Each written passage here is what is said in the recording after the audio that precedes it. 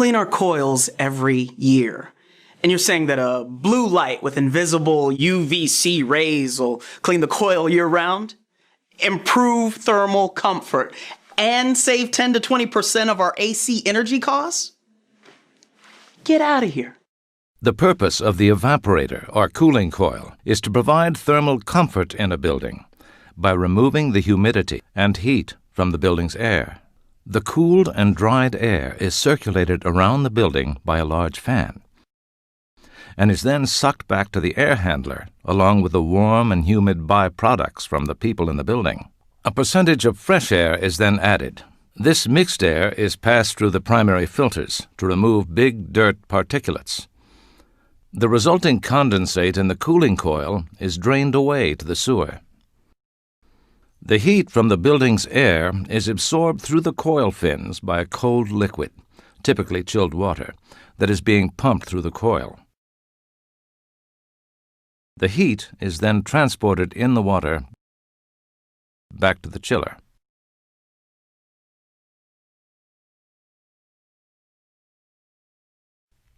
The chiller has a compressor that initially squeezes gas, turning it into a liquid, that then passes through an expansion valve, returning it back to gas and making it cold. The cold refrigerant gas absorbs the heat being carried in the water coming from the cooling coil. This chilled water is then returned to the coil.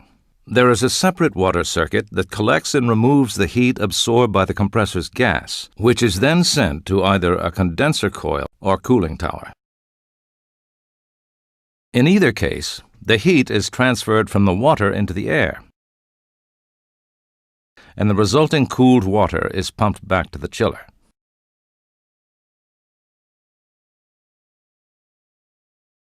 The metal fins of the coil are typically made of aluminum that has a heat transfer efficiency of 200 watts per meter Kelvin, whereas the biofilm that often covers the fins may be 0.2 watts per meter Kelvin, or approximately 1,000 times less efficient. According to the California Society for Healthcare Engineering, it only requires a 1.5 millimeter fouling on the coil fins, 0.006 of an inch, to reduce the coil's efficiency by 16%.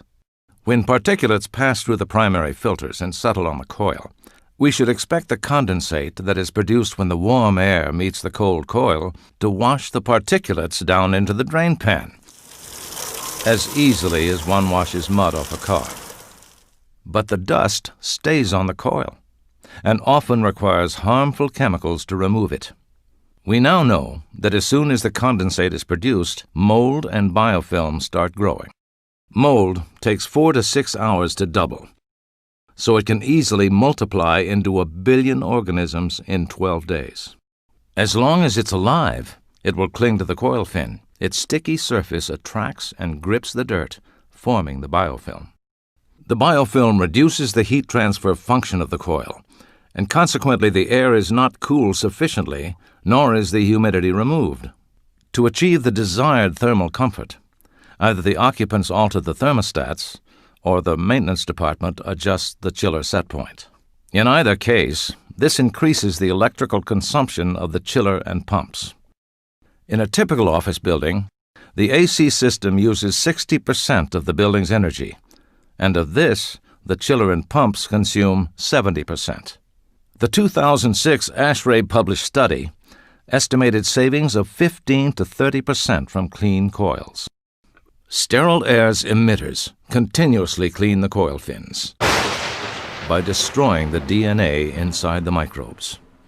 Once the DNA is destroyed, the microbe can neither grow nor duplicate, so it dies. The dead mold falls away with the dirt and is washed by the condensate into the drain pan.